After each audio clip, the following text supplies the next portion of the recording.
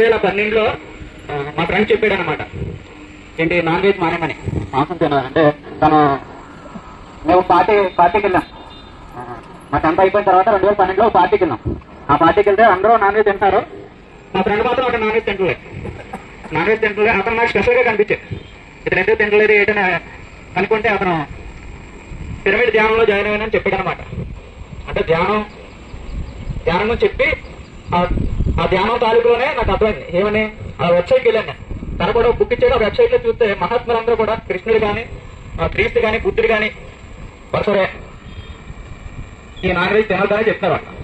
ఏదైతే మన మాంసాహారం తింటున్నామో అదే మన గుణాలుగా తయారవుతుంది అనమాట. మన శరీరంలో ప్రవేశించి మళ్ళీ రాక్షస గుణాలన్నీ ప్రవేశిస్తున్నాయి. కామక్రోధం, మోహం, మత మాశ్చర్యాలు అన్నీ కూడా కారణం అదే. అయితే నాకు నేను నాన్ వెజ్ మానేసిన తర్వాత 2018లో మా ఊళ్ళో విజయదశమి సందర్భంగా అక్కడ పిల్లల చేత పూజ కార్యక్రమం చేస్తున్నారనమాట. ఆ పూజా కార్యక్రమంలో నేను కూడా సర్వీస్ చేసుకుని నేను అక్కడి నుంచి అదే టైంలో నాకు ధ్యానం గురించి తెలుస్తుంది, మహాత్ముల గురించి తెలిసి ఆ కార్యక్రమం అయిపోయినంటే నేను బయటకు వచ్చాను. బయటకు వస్తుంటే మా పెద్దనాన్న గారు కాళేశ్వరరావు గారు ఉన్నారు. అతను బాబాజీని పెద్దాపురం నుంచి కూడా అమడించారు అనమాట. ఆయనకి కూడా నువ్వు ధ్యానం చేసుకుంటే నీ ఆరోగ్యం బాగుంటుందని చెప్పాను. చెప్తే ఆయన ఏం చేశారు, బాబాజీ ఉన్నారు, ఆయన ఒక గ్రంథం ఇచ్చారు, ఆ గ్రంథం చదువు అని చెప్పి నాకు అందించారు అనమాట. నేను ఫస్ట్ బాబాజీ అంటే ఏంటో నాకు తెలియదు. అయితే ఆ గ్రంథం చూసాక ఆ గ్రంథంలో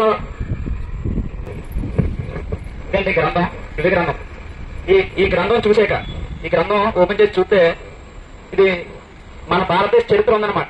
ఆది అంటే 10,600 సంవత్సరాల పూర్వం ఏం జరిగింది అసలు మన చరిత్ర ఉంది దీంట్లో. మన చరిత్రలే కాకుండా మన ఋషులు ఎలా వచ్చారు, అసలు మనకి ఆధ్యాత్మిక కేంద్రానికి భారతదేశం అని చెప్పేసి అంటున్నాం. అసలు మన ఋషి పరంపర ఎలా మొదలైంది, మన నాగరికత ఎలా మొదలైంది, మన భాష, అలాగే మనం ఇంత టెక్నాలజీ కానీ ఎన్ని డెవలప్మెంట్ అంతా చూస్తున్నాం. కానీ ఇదంతా ఆదిలోనే ఉంది. ఈ చదివి కొద్ది కూడా ఇంకా చదవాలనిపించింది అనమాట. ఈ గ్రంథం చదువుతుంటే ఎంతో జ్ఞానం, అనంత జ్ఞానం అంటున్నాం కదా, ఆ అనంత జ్ఞానం అంతా కూడా బాబాజీ ఇందులో ఇచ్చారు మనకి. ఈ గ్రంథాన్ని ఎవరైతే తెలుసుకుంటారో, ఎవరైతే తెలుసుకుని అనుభవించారో వాళ్ళ ధన్యులు. జై బాబా, జై బాబా. సూక్తిలో ఒక సూక్తి, మొదట తల్లిదండ్రులు ప్రేమించము, తల్లిదండ్రుల ఆశీర్వాదమే తనయులకు దివ్యపాటు. ఎప్పుడైతే తల్లిదండ్రుల ఆశీర్వాదం దొరికిందో వాళ్ళకి దైవ మార్గం దొరికినట్టే. అలాగే పశ్చాత్తాపంతో కూడిన హృదయ చైతన్యమే దైవ మార్గమునకు ప్రథమ సోపానం. అంటే ఎవరైతే పశ్చాత్తాపడుతున్నారో, చేసిన పాపాల గురించి వాటి గురించి పశ్చాత్తాపడుతున్నారో వాళ్ళకి దైవ మార్గంలో మొదటి సోపానం అంటే మొదటి మెట్టు దొరికినట్టు అనమాట. మొదటి మెట్టుతో అయిపోదండి. అయితే ఆ మెట్టు దొరికింది కాబట్టి ఆ మెట్లు పెట్టుకుని ఇంకా మిగతా మెట్లు ఎక్కాలమ్మా. అంటే విశ్వాసం, జ్ఞానం, ప్రార్థన, మౌనం, ధ్యానం, సమాజ స్థితిలో ఎలా ఉంటాయన్నమాట. ఒక్కొక్క మెట్టు ఎక్కాలన్నమాట. కానీ ఫస్ట్ మెట్టు అందాలంటే మాత్రం తల్లిదండ్రుల ఆశీర్వాదం తీసుకోవాల్సిందే. అంటే మాతృపూజే ప్రథమ పూజ. మాతృపూజను చేసుకుని అలాగే పశ్చాత్తాపంతో కూడిన ప్రార్థన చేసుకోవాలి. మనం మౌనం, ధ్యానం కూడా అభ్యాసాలు చేసుకోవాలి. జై బాబా. ఈ రోజు 1969లో ఏప్రిల్ 13 ఇదే రోజు ఆదివారం ఆరోపించింది. పునరాగం ఆరమే రవివారం వచ్చింది. 7 గంటలకి దాటిన తర్వాత అవతార నెహ్రూ గారి పేరు మనం అందరం విన్నాం కదా, మనకి తెలుసు. ఎవరంటే ఆయన వ్యాస భగవాన్ గారు. కానీ అవతార నెహ్రూ గారికి చాలా మంది తెలుసు. ఆయన 44 సంవత్సరాలు మౌనంలో ఉండి షిరిడి సాయి వంటి వాడు కూడా అవతార నెహ్రూ గారికి దండం పెట్టుకున్నారు. నువ్వు అవతార పురుషుడు షిరిడి సాయి మనం పూజిస్తున్నాం, కానీ ఆయన కూడా నెహ్రూ బాబా గారికి దండం పెట్టాడు. ఆయన రాజా బాబా, నారాయణ మహారాజ్, బాబాసాన్, ఉపాసాని మహారాణి, వీళ్ళు 5 కలిసి 5 శక్తులు మెహర్ బాబా గారికి ఇస్తే ఈ మెహర్ బాబా గారు 44 సంవత్సరాలు యావత్ ప్రపంచం తిరిగారు. ఆయన 7 సార్లు ప్రభుత్వం తిరిగి మౌనంలో 2 సార్లు యాత్ర టైపు ఒకసారి ఇంటికి కూడా సరిపోయింది. ఆయన ముఖంలో చిరునవ్వు బాగాలేదు. ఆయన ముఖంలో చిరునవ్వు బాగాలేదు. ఉండిపోయినప్పుడు చాలా మంది దాటలు అన్నారు, పని చేయకుండా పర్లేదు, రాసి ఇచ్చేసేవారంటే నాకేం పట్టదారు ఉంటాను. 1969లో ఏప్రిల్ 13 ఇదే రోజు ఆయన 44 సంవత్సరాల యొక్క మహాశక్తి గుణారాగం అనే దివ్య మంత్రం 10,000 సార్లు గాయత్రి ఎత్తులతో ఒక్కసారి గుణారాగం చెప్తే అంత కలిసి వస్తుంది. గుణారాగం అంటే తెలుసు కదా మనందరికీ, చాలా మందికి. గుణాలని అరింపజేసేది. ఏ గుణాలని చెడు గుణాలను అరించేది. ఉదయం సాయంత్రం జ్యోతిరిగించి చెయ్యాలి గుణారాగం. ఓం అంటారు పచ్చని, అది కాదు మనకి చెప్పింది. అని నాదాన్ని నాదిస్థానం నుంచి బ్రహ్మానందానికి ఉత్తరించాలా. ఆ నాదాన్ని మనం ఎవరైతే ఉత్తరిస్తామో ఆ గుణారాగమే మనకి ఏడు వల్ల మనలో ఉన్న గుణాలన్నీ కూడా హరించిపోతాయి అనమాట. ఆ గుణారాగం అవతార నెహ్రూ బాబా గారు బాబాజీకి ఈ కొండవైతే గుమ్మలూరు రాజుబాబు గారు బాబాజీ కన్నా 3 సంవత్సరాలు చిన్న ఆయన. 300 ఎకరాలు అసలు పెద్ద కోటేశ్వరులే వాడు. ఎన్టీ రామారావు కూడా ఆయనకి ఎమ్మెల్యే పదవి ఇవ్వడు, కానీ ఆయన వద్దన్నాడు. నాకు రాజకీయం వద్దు, నేను బాబాజీ బిడ్డనే, బాబాజీ సిద్ధాంతాన్ని కట్టుబడి ఉంటాను, నాకేం వద్దు, మీరు తెలుగుదేశం ఓటే పెట్టి చెప్తాను మీకు మాట ఇచ్చారని మాట కట్టుకుంటారు. బాబాజీ ఇంకో పార్టీ ఇచ్చారు మళ్ళా నేను మాట ఇచ్చాను మాటకే కట్టుకుంటారు. మీ ధర్మాన్ని మీకు కొంచెం వేరే ధర్మం కట్టండి. ఒక విషయంలో రాజబాబు గారికి చెప్పాలి. ఎందుకంటే ఈ గుణారాగం మాత్రం ఫస్ట్ రాజబాబు నాన్న గారికి ఇచ్చారు బాబాజీ. ఏమయ్యా ఆ గుణారాగం ఇచ్చినప్పుడు బాబాజీ వస్తుంటే వాళ్ళ అన్నయ్య గారు బాబాజీ గారు అన్నయ్య గారు మదన్ మాస్టర్ ఆయన సిద్ధాంత్ ఆయనకి బాబాజీ వెళ్ళి అడగలేకపోయారు. ఇప్పుడు మా తమ్ముడికి 48 సంవత్సరాలు చాలా బాబాజీకి వాళ్ళ అన్నయ్య గారికి కూడా చాలా వాళ్ళు ఇచ్చాడు. ఈయన వెళ్ళి అడగలేకపోయారు అన్నయ్య గారు ముహూర్తం పెట్టండి నేను పాలన మెట్టుకు వెళ్తానని. ఎందుకు వెళ్ళలేదంటే ఆయన జైలు చేశాడు, మెట్రీకి వెళ్ళాడు, పాస్టర్ చేశారు, బౌద్ధ మతం తీసుకున్నారు, హిందూ మతం తీసుకున్నారు, అన్ని అట్లోనే ఉన్నారు. కానీ ఇందులో చాంటికి నిలబడలేదు. ఆయన ఆర్మీలో జీతం వస్తుంటే 1600 1200 ఇచ్చేది అనాథ పిల్లలకి 200 ఇంటికి పంపేవారట బాబాజీ. మాస్టర్ చెప్పాడు గారు ఏంటి ఎలా చేస్తున్నావు అంటే ఆయన అలాగే చేస్తారు. ఆయన మరి మరి మరి బాబాని ఎట్టుకెళ్తాను నేను ఎందుకు వచ్చే నా పని చేయడానికి నేను అక్కడికి వెళ్ళాలి ముహూర్తం పెట్టండి అని అడగడానికి ఆయన భగవంతుడే ఎందుకు కూడా అన్నయ్యకి భయపడి రాజబాబు నాన్నగారితో చెప్పారు. రాజబాబు నువ్వు వెళ్ళి అన్నయ్యతో మాట్లాడు ముహూర్తం పెట్టించి నాకు పంపించి నేను వెళ్ళిపోతున్నాను ముందు నేను ఇక్కడ ఉండగా అయితే వెళ్ళలేడు అన్నయ్య అని బాబా చెప్పిన విషయాలు. అప్పుడు బాబాజీ వచ్చేసారు మాట్లాడకంటే ఇక్కడికి వచ్చేసి ఇక్కడ కూర్చున్నారట. ఇక్కడ మనిషి పని ఏమీ లేదు, ఈ మీద మూత కూడా లేదు, మీద మూత కూడా లేదు. బాబాజీ ఇక్కడికి వచ్చినప్పుడు చెప్పారు ఇందులో నేను ఉండలేదు, ఇక్కడ రాజు మీద కూర్చున్నాను నేను. వాళ్ళ మామే వచ్చి తుని పట్టుకెళ్ళేది మజ్జిగే ఆ మామ అక్కడ పాలుతో పెట్టి పాలు మెజ్జిగో ఏమిటంటే తెమ్మని తెచ్చాడు. పెళ్ళేసి వెళ్ళిపోయేదట. నేను ఎప్పుడో ధ్యానం నుంచి లేచిన వెంటనే ఆయన తాగా అక్కడ వేసేవారు. డబ్బులు ఇచ్చేసాను 77 రోజులకి కూడా 77 నాణాలు ఇచ్చేసారట మళ్ళీ ఊరు డబ్బులు.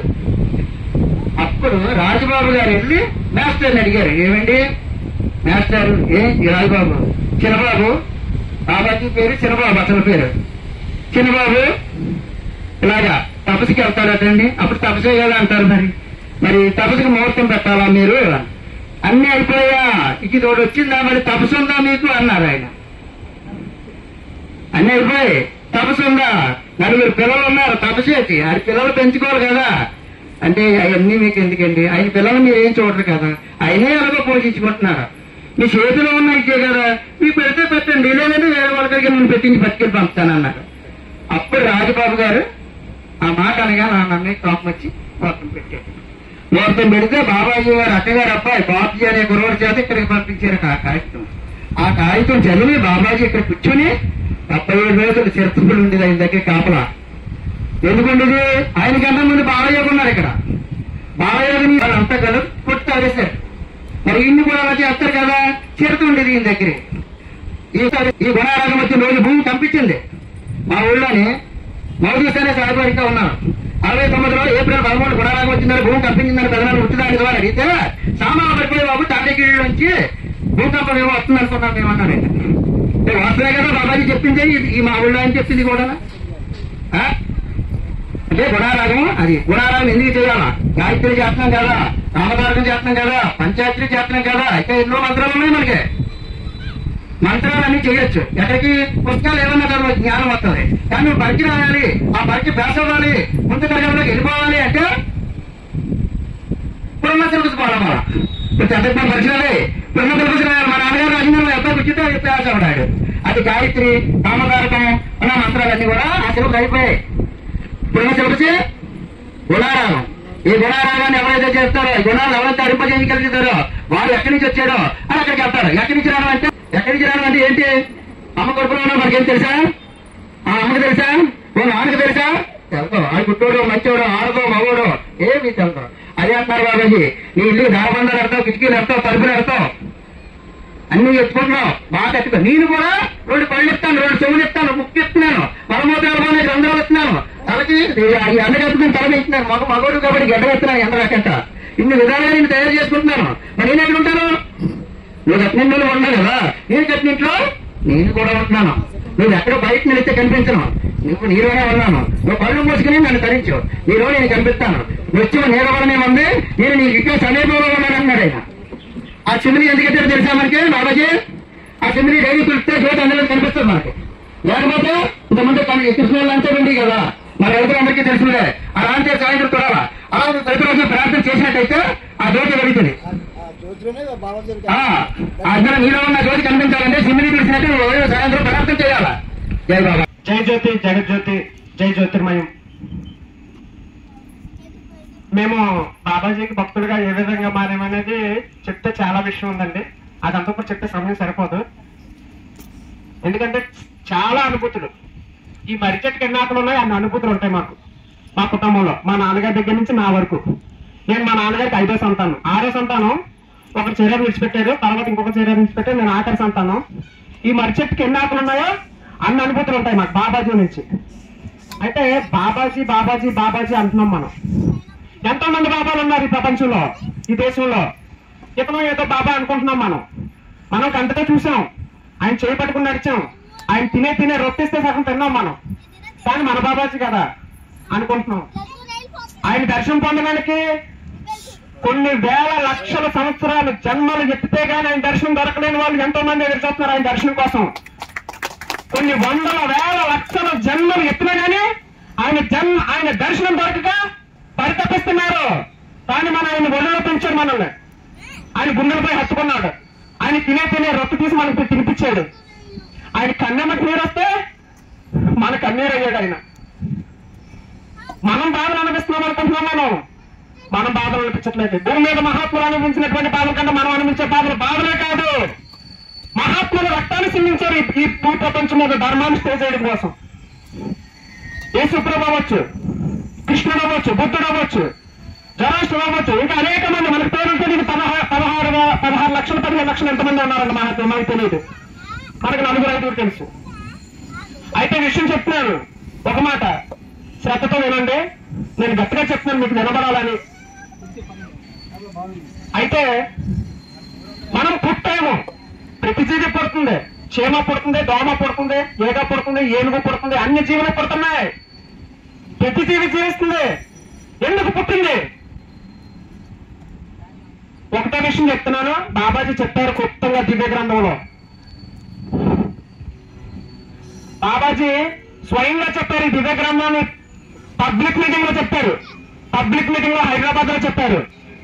ఈ దివ్య గ్రంథమే ప్రపంచానికి మూలాధారం.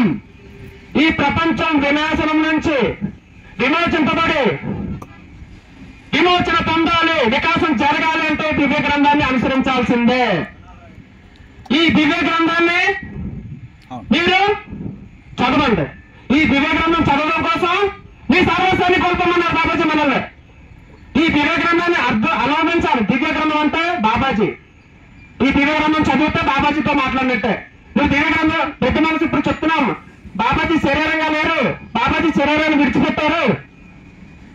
మేము బాబాజీతో మాట్లాడలేకపోతున్నాము. ఇంతమంది బాబాజీ శరీరంగా ఉండేవారు. ఏదైనా కష్టం వస్తే బాబాజీ ఇంకేంటి, బాబాజీ మాకు ఎలా అయిపోయింది అనుకుంటున్నా. కానీ నాన్న నేను ఉన్నాను చూసుకుంటాను దేవుడి దగ్గర చెప్పాను మాట్లాడేవారు.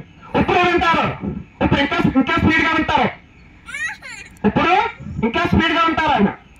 అప్పుడు శరీరంగా ఉన్నారు, ఇప్పుడు అనుభవంలో ఉన్నారు. ఆయన చూడగలిగే శక్తి నీ దగ్గర ఉంటే నీలోనే ఉన్నారు. ఆయన తెలుసుకునే శక్తి నీలో ఉంటే నీ పక్కనే ఉన్నారు. ఆయన అనుభవించే శక్తి నీలో ఉంటే నీలో సర్వం నిండిపోయి ఉన్నారు. అందుకే మనం సమయం వృధా చేసుకుంటున్నాం. ఇప్పటికి నాకు 30 ఏళ్ళు వచ్చాయండి. ఉదాహరణగా నేను 30 ఏళ్ళు వృధా చేసినట్టు అనిపిస్తుంది. ఎందుకంటే చదువుకుంటే ఎప్పుడు తెలుస్తుంది దివ్య గ్రంథంలో అర్థం ఏంటనేది, ఈ దివ్య గ్రంథంలో ఏముందనేది. అందుకే బాబాజీ అనేవారు మరుక్షణం అంత కాదు, ఏ నిమిషం ఏమవుతుందో తెలియదు. అందుకే ఉన్నప్పుడే మన పెద్దలు కూడా అంటారు దీపం ఉండగా ఎన్ని చక్కదిద్దుకోవాలి. దీపం ఉండగా ఎన్ని చక్కదిద్దుకుంటే ఇల్లు ఒకటే చక్కదిద్దమని కాదు. నీ దేవాలయం నీ శరీరమే ఇల్లు. ఆ శరీరాన్ని ఉపయోగించుకుని దాని నుంచి నువ్వు లబ్ధి పొందడం అంటే మోక్షాన్ని పొందు. మళ్ళీ జన్మెత్తద్దు. మళ్ళీ జన్మెత్తడం వల్ల ఏమవుతుంది? దుఃఖం వస్తుంది. అయితే ఇంకొక 2 విషయాలు చెప్తాను. ప్రప్రదంగా ఇప్పటికీ 6 పర్యాయాలు ఈ ప్రపంచం వినాశనం అయిందండి. ఇది మనకు తెలుసు, అది కొద్దిమందికి తెలుసు. 7వసారి వినాశనం అయిపోవడానికి సిద్ధంగా ఉంది. ప్రపంచంలో కూడా అందరూ దైవ మార్గంలో నడవడానికి సిద్ధంగా ఉన్నారు. ప్రతి ఒక్కరు కూడా జ్యోతి మార్గంలో నడవడానికి సిద్ధంగా ఉన్నారు. లోకమంతా జ్యోతితో ఏకమయ్యాను. సర్వవేదముల సారమే జ్యోతి, మత గ్రంథంలో మొదటమే జ్యోతి అని చెప్తున్నారు. హిందువులు కూడా జ్యోతి గురించే చెప్తున్నారు. యేసుప్రభు జ్యోతి గురించే చెప్పారు, కృష్ణుడు జ్యోతి గురించే చెప్పారు. కాబట్టి మనం ఏం చేస్తున్నాం? ఆ జ్యోతిని ఎప్పుడైతే మనం ఆరాధిస్తామో ఆ జ్యోతిలో మనం లైన్ అయిపోతాం. యద్భావం తద్భవతి. కాబట్టి టైం ఉంది కాబట్టి మనం టైం ఉపయోగించుకుని ఉదయం లేవడం, స్నానం చేసుకోవడం, ఇంట్లో నలుగురు ఉంటే నలుగురు కలిసి కూర్చొని జ్యోతి వెలిగించుకుని జ్యోతి దగ్గర ఆరాధన ఒక 5 నిమిషాలు, 24 గంటల్లో ఒక 5 నిమిషాలు ప్రార్థన చేయడానికి సమయం లేదా మనకి? చెప్పండి, ఉందా లేదా? 24 గంటల్లో 20 నిమిషాలు భగవంతుడికి కేటాయించలేమా? మనం వాయిదా వేసుకుంటూ పోతున్నాం. ఎప్పుడు చేస్తావు నువ్వు? సముద్రం దగ్గర కూర్చొని సముద్రం కెరటాలు తగ్గిన తర్వాత స్నానం చేద్దాం అనుకున్నాడంట ఒకడు, నాలాంటోడు. సముద్ర బోటు నుంచుని కెరటాలు తగ్గిన తర్వాత స్నానం చేద్దాం అనుకున్నాడు. చేయగలుగుతాడా? జరుగుతుందా? మరి కష్టాలు ఎప్పుడు జరుగుతాయి? కొంతమంది భక్తులు చెప్తున్నారు, మనుషులు చెప్తున్నారు, మన వాళ్ళు చెప్తున్నారు, మాకు ఎన్నో కష్టాలు ఉన్నాయి, మాకు ఎన్నో ఇబ్బందులు ఉన్నాయి, ఇట్లా నుంచి నేను పక్కన తప్పుకున్న తర్వాత అప్పుడు నేను జ్యోతి మీద కూర్చుంటాను, జ్యోతిని ఆరాధిస్తాను, అప్పుడు దయ మార్గంలో వెళ్తాను అంటున్నాడు. ఎప్పుడు జరుగుతాయి కష్టాలు? ఏ నిమిషంలో కష్టం పడకుండా ఉన్నది తగ్గవు. తగ్గితే ఎలా తగ్గుతాయి? నువ్వు ఎప్పుడైతే జ్యోతి మార్గంలో ప్రయాణం చేయి, ఆ జ్యోతి నువ్వు తెలుసుకో, జ్యోతిని ఆరాధించు. ఆ జ్యోతి యొక్క కాంతికరణ మనలో చోకి మనం ఉన్నటువంటి పుస్తకాన్ని దూరం చేస్తుంది, అమృతత్వాన్ని అందజేస్తుంది. ఇంకెందుకంటే మార్గము లేదు. జ్యోతి అంతిమ మార్గము, అంతిమ గమ్యం కూడా. కాబట్టి ఏడో పర్యాయం వినాశం కాకముందే మనం ఈ జన్మ నుంచి విమోచన పొంది ఎక్కడి నుంచి అయితే వచ్చామో అక్కడికి వెళ్ళిపోవాలి. నేను అంటున్నాను కదా, ఆ నేను ఎవరో కాదు, మనలో ఉన్నటువంటి దైవమే. ఆ దైవము నువ్వు ఒకటే చెప్పడం అది నేను. కాబట్టి ఎందుకంటే ఒక్క ఉదాహరణ చెప్తాను. మనకి ఈ చెంబు ఉందండి, ఈ చెంబు ఉంది కదా, ఈ చెంబు ఉంది కాబట్టి చెంబులో నీరు స్టోరేజ్ చేయగలిగాం మనం, అవునా కాదంటారా? ఈ చెంబు లేకపోతే నీరు ఎలా స్టోరేజ్ చేస్తాం? ఇందులో చేయగలుగుతామా? చెప్పండి, చేయగలుగుతామా? చెంబు ఉంది కాబట్టి నీరు స్టోరేజ్ చేస్తాం. రేపు సృష్టి వినాశనం అయిపోయిన తర్వాత పునఃసృష్టి ప్రారంభానికి ఎంత సమయం పడుతుందో తెలియదు. మనం బస్సు ఎదురైన బస్సు దిగేసిన తర్వాత రెండో బస్సు అన్నీ వస్తుందా? అది వస్తాలో రాదో తెలియదు. వస్తే ఎక్కించుకోవడో తెలియదు. ఎక్కించుకుంటే గమ్యాన్ని తీసుకెళ్దో తెలియదు. ఎక్కిన తర్వాత మనం కూర్చోవడానికి సదుపాయం ఉండదో తెలియదు. వెళ్ళే బస్సు రోజు ఏమవుతుంది? గమ్యం ఆగిపోద్ది, ప్రయాణం మార్గం మధ్యలో ప్రయాణం ఆగిపోద్ది. కాబట్టి ఈ శరీరం ఉన్నంతసేపే నువ్వు ఏదైనా చేయగలుగుతావు. ఈ శరీరం వదిలేసేవా ఏమి చేయలేవు. అందుకే ఈ శరీరం ఉందని చెప్పి నువ్వు ఎవరో తెలుసుకుని జ్యోతిని ఆరాధించి ఆ జ్యోతిలో ఐక్యమైపోవడానికి ప్రయత్నం చేయాలి. కాబట్టి సృష్టి వినాశం అయిపోయిన తర్వాత మనం ఇంకా జీవాత్మలు కూడా ఏమి చేయలేము. అంధాకారంలో చిక్కిపోతాయి, మహా అంధాకారం. అది ఎలా ఉంటుందో తెలియాలంటే దేవుడు చదవండి. చెప్తే చాలా విషయాలు ఉన్నాయి, మరి మొత్తం వివరించలేను. ఒకవేళ నేను వివరించగలుగుతాను, కూర్చోడానికి మన సమయం సరిపోదు. కాబట్టి అందరూ హృదయపూర్వకంగా కోరుకుంటున్నాను మిమ్మల్ని అందరినీ పేరున నన్ను దయచేసి నేను మీ బిడ్డ కింద, మీ కొమ్మిడి కింద, మీ బాబు కింద నన్ను స్వీకరించి నేను చెప్పినటువంటి ఈ మాటలు స్వీకరించండి. ఎందుకంటే మనమే ఈ మార్గంలో ప్రయాణం చేసి 10 మంది జ్ఞానాన్ని మనం అందించాలి. ఎందుకంటే తెలిసిన వాడే అందించగలుగుతారు తప్ప తెలియలేని వాడు ఎవరు ఏం చేయలేడు. అందుకే బాబాజీ అనేవారు, వెలుగే జ్యోతి అనేక జ్యోతులు వెలిగించగలుగుతుంది, వెలగని జ్యోతి ఏ ఒక్క జ్యోతిని వెలిగించలేదని బాబాజీ చెప్పేవారు. కాబట్టి మనం అందరం వెలుగే జ్యోతిలాగా మనం చూడండి. ఒక సత్పురుషుడి దర్శనం జరగాలంటే 10,000 జన్మలో శక్తి కావాలి. మనం ఏకంగా దివ్య పురుషుని ఒళ్ళో పెరిగాం. సాక్షాత్ ఈ సృష్టిని ఎవరైతే సృష్టించాడో ఆ సృష్టికర్త దగ్గర మనం ఎదిగాము. మరి దాన్ని మనం సద్వినియోగం చేసుకోవాలి కదా. కాదంటారా అవునంటారా? మనం ఒక పోలీస్ స్టేషన్ దగ్గర కానిస్టేబుల్ కో, హోమ్ గార్డ్ కో, లేకపోతే ఇంకొకటి చెప్పుకున్నాం. డైరెక్ట్ సీఎం మన దగ్గర ఉంటే, ఎస్పీఎం మన దగ్గర ఉంటే ఇలా అందరి చుట్టూ తిరిగి పనిలేదు. మన సాక్షాత్ సృష్టికర్తలు పుట్టే పలికే ఉన్నారు ఆయన. కాబట్టి మిమ్మల్ని అందరూ మరొకసారి హృదయపూర్వకంగా కోరుకుంటున్నాను. ప్రతినిత్యం జ్యోతిని ఇంట్లో వెలిగించి జ్యోతిని ఆరాధించి ఆ జ్యోతి మార్గంలో మనం నడుచుకొని మనకు తెలిసిన జ్ఞానాన్ని మనం ఎక్కడికో అనవసరం వచ్చు. ఏదో సమయం వస్తుంది, ఎవరో మీరు చెప్తే వినేటోళ్ళు ఉంటారు, నాన్న ఈ మార్గంలో ప్రయాణం చేయండి, మాలాంటి పిల్లలకి మీరు జ్ఞానోపదేశం చేసి మాలాంటి పిల్లలు సన్మార్గంలో నడిపించినట్లయితే రేపు ఇలాంటి పిల్లలందరూ కూడా సృష్టికి అలా ఆధారం అవుతారు. ఏ చేతుల మీదుగా ఆ కార్యక్రమం జరుగుతుంది. జై జ్యోతి, జగజ్యోతి, జై జ్యోతిర్మణి. నాకు ఎంతో చక్కటి సమయం ఇచ్చి నన్ను నా మాటలు విన్నటువంటి మీ అందరికీ కూడా హృదయపూర్వక నమస్కారం చేసుకుంటూ సెలవు తీసుకుంటున్నాను. జై జ్యోతిర్మణి, జై జగన్మాత. ఈరోజు నాకంటే ముందు ప్రజలందరూ చెప్పుకున్నారు ఈ గుణారాగ విశిష్టత అనేది. కానీ ఇక్కడ నేను 2 నిమిషాలు ఒకటి ద్రావిడ సత్య సామ్రాజ్య స్థాపనే దివ్యగాంధీ యొక్క మూల సిద్ధాంతం. ద్రావిడ సత్య సామ్రాజ్యం అంటే సమిష్టి ప్రేమతో సహజీవనం చేయడమే మనిషికి ముఖ్య కారణం. మనందరూ కలిసి ప్రేమతో ఐక్యతతో మనం ఎప్పుడైతే జీవిస్తామో అది జ్యోతిర్మయం యొక్క ఆశయాన్ని మనం నెరవేర్చిన మనం అవుతాం.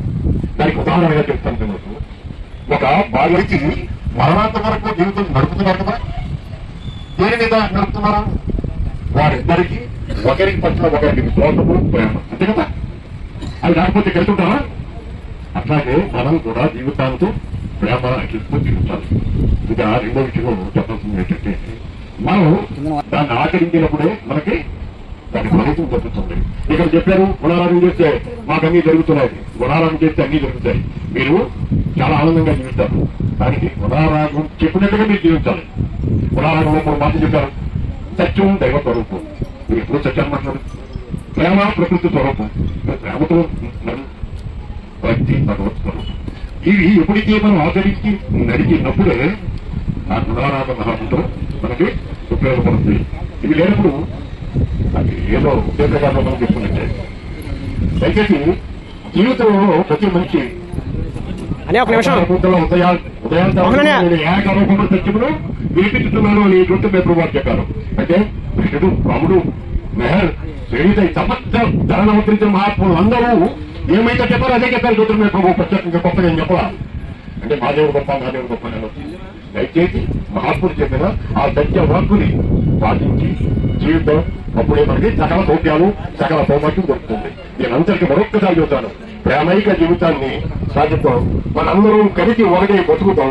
మన జీవనాన్ని అనంతమైన ఆ సత్య లోకంపై పరిగెడతాం. మనం అక్కడ అనుభవిద్దాం సత్య అనుభూతుల్ని. చేద్దామా? ఏదే అందరం చేద్దామా? ఆ ప్రభు చెప్పిన మాటని అనుకుంటాం. జ్యోతి జగజ్యోతి. అసలు జ్యోతిర్మయ ప్రభు ఎవరు అనేది మనలో 99% తెలియదు.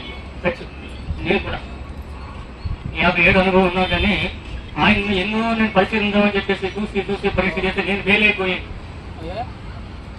మళ్ళీ ముందుకు వచ్చి మళ్ళీ ఫెయిల్ అయ్యి మళ్ళీ ముందుకు వచ్చి ఎన్నో ప్రయత్నాలు చేసిన తర్వాత ఇప్పుడు కూడా నాకు తెలిసింది చాలా తక్కువ. ఇప్పుడు ప్రతి సమస్య కూడా పరిష్కారం ఉంటుందండి. జ్యోతిర్మయ ప్రభు సృష్టికర్త అని తెలుసున్నప్పుడు చాలా మందికి తెలుసు. మరి దివ్యంగా చదివినట్లయితే సృష్టికర్తే మళ్ళీ తిరిగి జ్యోతిర్మయుడిగా భూమి మీద ప్రచోదనుడే మళ్ళీ తిరిగి భూమి మీద జ్యోతిర్మయుడిగా వచ్చాడని తెలుసు. మరి జ్యోతిర్మయ ప్రభు సృష్టికర్త అని తెలుసున్నప్పుడు మనలో ఎంతమంది ఆయన మనం అనుసరిస్తున్నాము?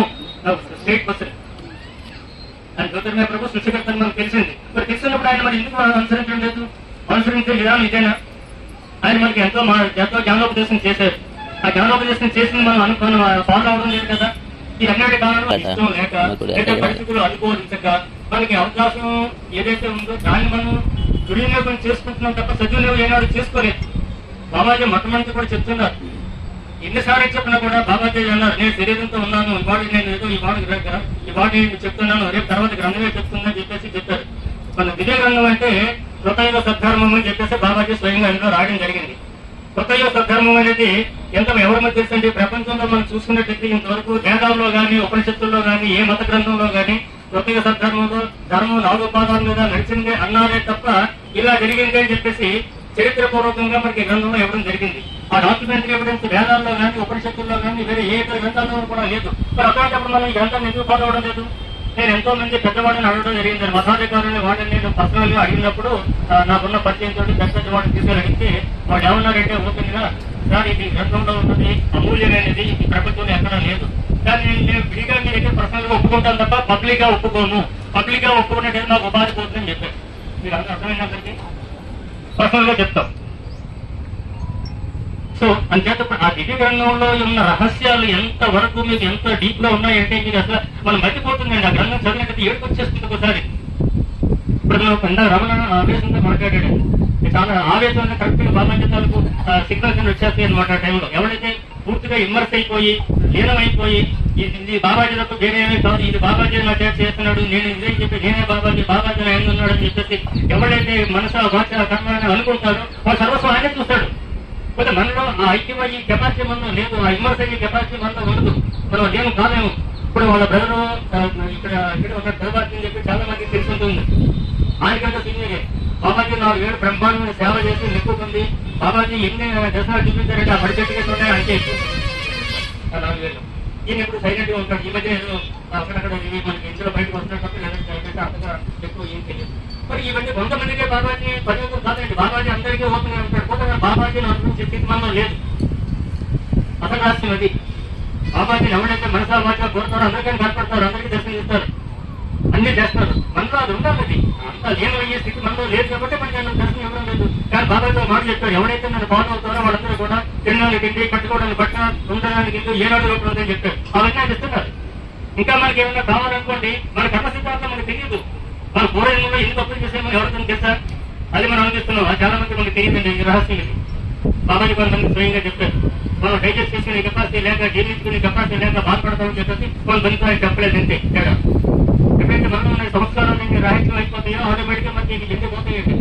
ఒకటి, బాబా దేవుడిని ఎప్పుడైతే పూర్తిగా మన తర్వాత నమ్ముకుంటారో వాడి కష్టాలు ఎక్కువ ఉంటాయి. వాడు చెప్తున్నాను ఓపెన్ మీ అందరినీ, ఇదందరికీ తెలిసిందే, నష్టసత్యమే.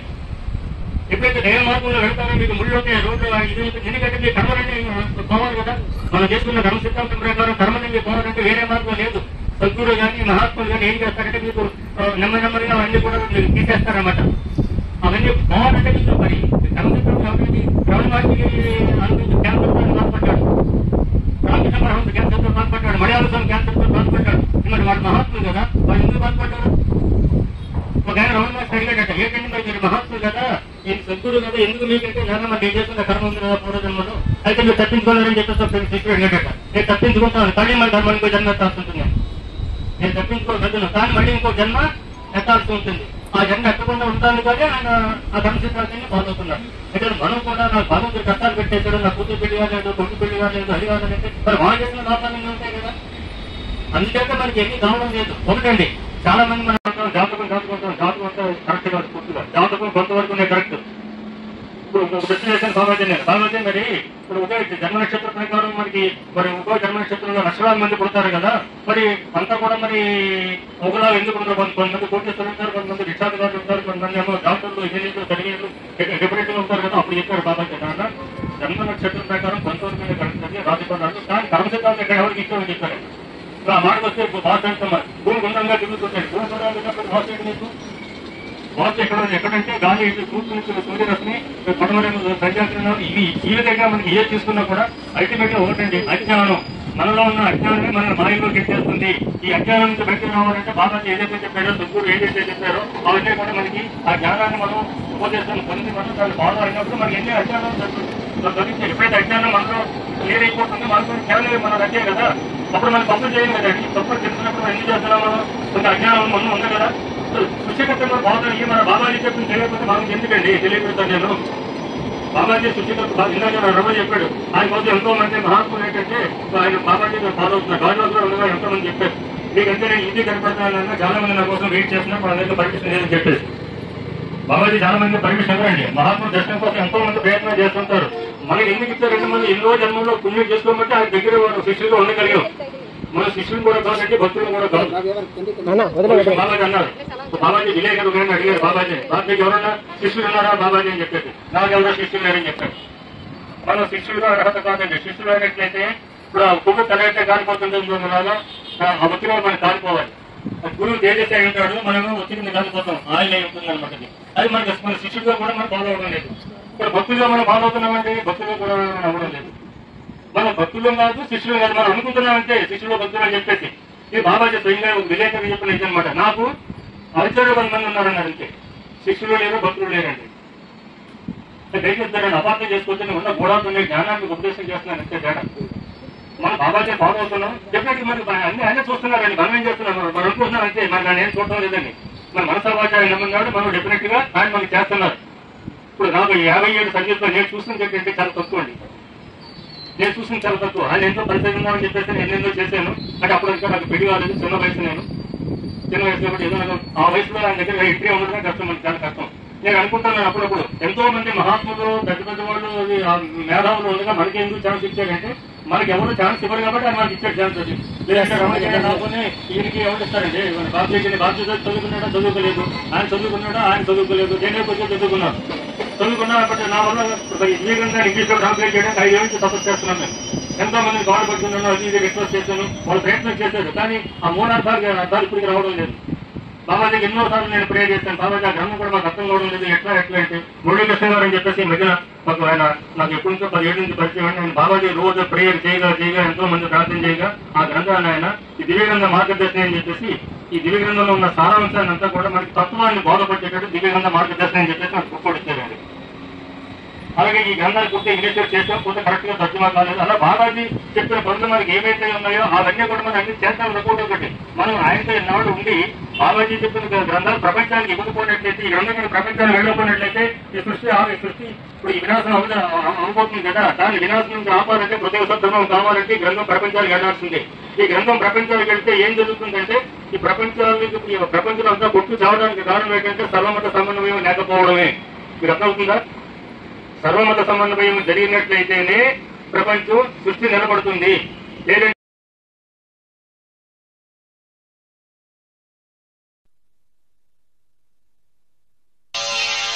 జ్ఞాన తరంగం పాపము శరీరమును అంటియే ఉండునని అది భయంకరమైన అగ్ని జ్వాలయని గ్రహించుకుని జ్ఞాని ధన్యుడు. పశ్చాత్తాపముతో కూడిన హృదయ చైతన్యమే దైవ మార్గమునకు ప్రథమ సోపానం. విశ్వాసముతో సద్భక్తులు చేయు సత్కార్యములు విశ్వశాంతికి కారణమే. దైవ మార్గంలో వెలుగుచున్న జ్ఞానజ్యోతి. అనుగ్రహించండి. అందరూ చెప్పండి. నా ఆత్మీయ తండ్రి, నా ప్రాణాధిపతివైన దేవ, నా విమోచకుడా, నా నోటి మాట, నా కంటి చూపు, నా హృదయ జ్ఞానము ఈ దివ్య దృష్టికి అంగీకారమైనట్లు పరిశుద్ధత, శీలము, పొదుపు, క్రమము, తీర్మానము మాకు అనుగ్రహించండి. మా గృహములకు శాంతి, మా హృదయాలకు ప్రశాంతిని ప్రసాదించండి. జయ జ్యోతి, జగజ్యోతి, జయ జ్యోతిర్మయ.